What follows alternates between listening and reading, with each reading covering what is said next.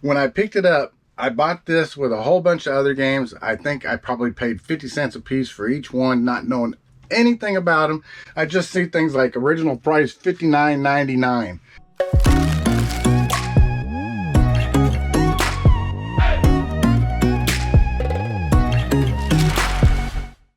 Hey YouTube friends, and welcome to Arcade Treasure Center. My name is Roy. Well, we've got a lot of things that sold last night, so we're going to talk about those sales. So it's a what sold video, and we're going to talk about the first sale, which is right over here, and it's a Furby, obviously. This one's called the Gray Wolf Furby, and you can see it's kind of got a gray coloring, a beard, everything. This is a 1998 Furby Tiger Electronics original. This one is really nice. Now, it does have a little bit of plastic crinkling, which is normal for a lot of these old ones, but this one also has damage right here. It's got a little crack and a little spot on the plastic, and it was listed in the title. My title actually said with damage, so it was listed that way, and in the description I talked about this. But this one right here is a nice collectible one. This one sold for $49.99 plus shipping. And I know a lot of you have been helping me keep track of the Furby sales, and so we've called it the Furby-tastic sales, which is really nice because out of all the Furbies I've sold so far, this last one was sold for $49.99, brought our total up to $605.18. So when I made this buy, I bought all the Furbies for $40.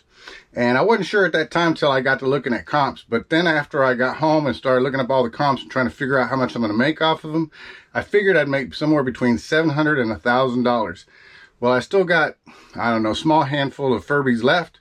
They've been selling pretty regularly every so many days, and I definitely know I'm going to make that $700 mark. So it's going to be close, somewhere between that $700,000 mark, just like I thought. So not bad for a lot of Furbies that I bought for $40. Really good find, and that was a private pick. So this is the next item that sold. It's a box of penguins, and you can see there's 6 of them. These are Toro mold plastics. They're actually light toppers, just like in your pathway or out by your sidewalk where you may have some pathway lights. Take the original top off and put this down on top of it, and now you got a Christmas decoration. They come in all different things. I've got some Santa Clauses over there for sale, and I have these penguins, and the penguins seem to be very popular. I picked these up at a rummage sale, and I paid $3 for the box. The box, when I picked it up at a rummage sale, was marked $3 and $5. $3 on the box, and one of the penguins was marked $5. So I asked the lady, she sold it to me for $3. So $3, I picked all these up. These 6 Toro penguins, and that's what, like I said, brand name. It's a blown plastic. Plastic molds sell really good. These sold for $44.99 plus shipping. So if you're looking to sell items around that Christmas time, plastic mold stuff sells pretty good, and especially if it's older, vintage. Newer ones will sell, but the price is still low. But older vintage blow mold plastics of just about any kind, any shape, any size will sell for good money. So the next sale I had was a viewer sale, and it's going out to Roger. Roger, I really appreciate the support in the business. Thank you very much. Roger bought 2 items from me. He bought this Sony AM/FM radio alarm clock. It works really, really good. I paid 50 cents for it at a garage sale, Roger. And I thought I would keep it for myself, but I pretty much use my cell phone as my alarm clock, so I decided not to. But I went ahead and listed it. Roger paid $6.99 for it plus shipping. And he also bought a Bible from me. And this was a really nice pickup. And I'm not exactly quite sure if I can remember where I picked this up. It might have been at a church rummage sale, or it might have been a thrift shop, because I can't remember. I pick up several Bibles, and some of them are very similar, and I can't quite remember where this one came from. And I can't even tell you what the price I paid for it, but it wouldn't have been very much. And Roger paid $6.29 for this, which, like I said, Roger, thank you very much for the support. Thank you very much for the business, and thank you very much for your comment. It was very nice. So Roger's purchase leads me to a question that I want to ask many of you resellers, a lot of you pro sellers. A lot of people have been selling for a long time. These 2 items that I had, I've actually had for about a year. And I run a sale on a lot of items. Like when I hit 90 days, I might run a 5% sale. When I hit 6 months, I might run a 15% sale. When I hit 1 year, generally I run a 25-30% sale. Well, Roger bought those 2 items from me at a 30% off sale. And I was wondering what a lot of you do. I heard a lot of resellers will say, instead of trying to just run the sales for things that are older and get rid of them because you may not make your money back. Well, I always try to make sure I get my money back out of them. But a lot of them will just donate them back out, like after 6 months or even after a year or 2 years. They'll just donate the stuff back out, and then come tax time, the stuff they donated out, they'll mark it off on their taxes, which works, and I've done that before. But I try to get as much as I can out of a sale. Obviously, I'm a businessman. That's what I would do. I do this full time to, I gotta make some money. So I try to run the sales. Now, if something's really absolutely, I know, just not gonna sell, it's not getting any viewers and any watchers, no matter how much I've changed the title, maybe even changed from shipping to free shipping or done something like that. But tell me down in the comments, what do y'all do? Do you donate stuff back out? Do you run sales? Do you do both? Let me know it now. I want to know what y'all do, and maybe I'll change the way I do things. All right, well, you can see I'm holding a golf club, and that's what my next sale is. My next sale is this SQ Dymo Nike golf club, and it's really nice. I mean, it almost looks brand new. I mean, it's that nice, that clean. The grip's really good. The shaft, everything is just wonderful about it.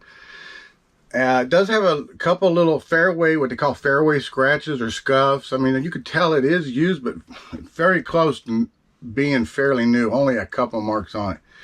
This was actually a freebie. This was I guess I could say it was a dumpster find.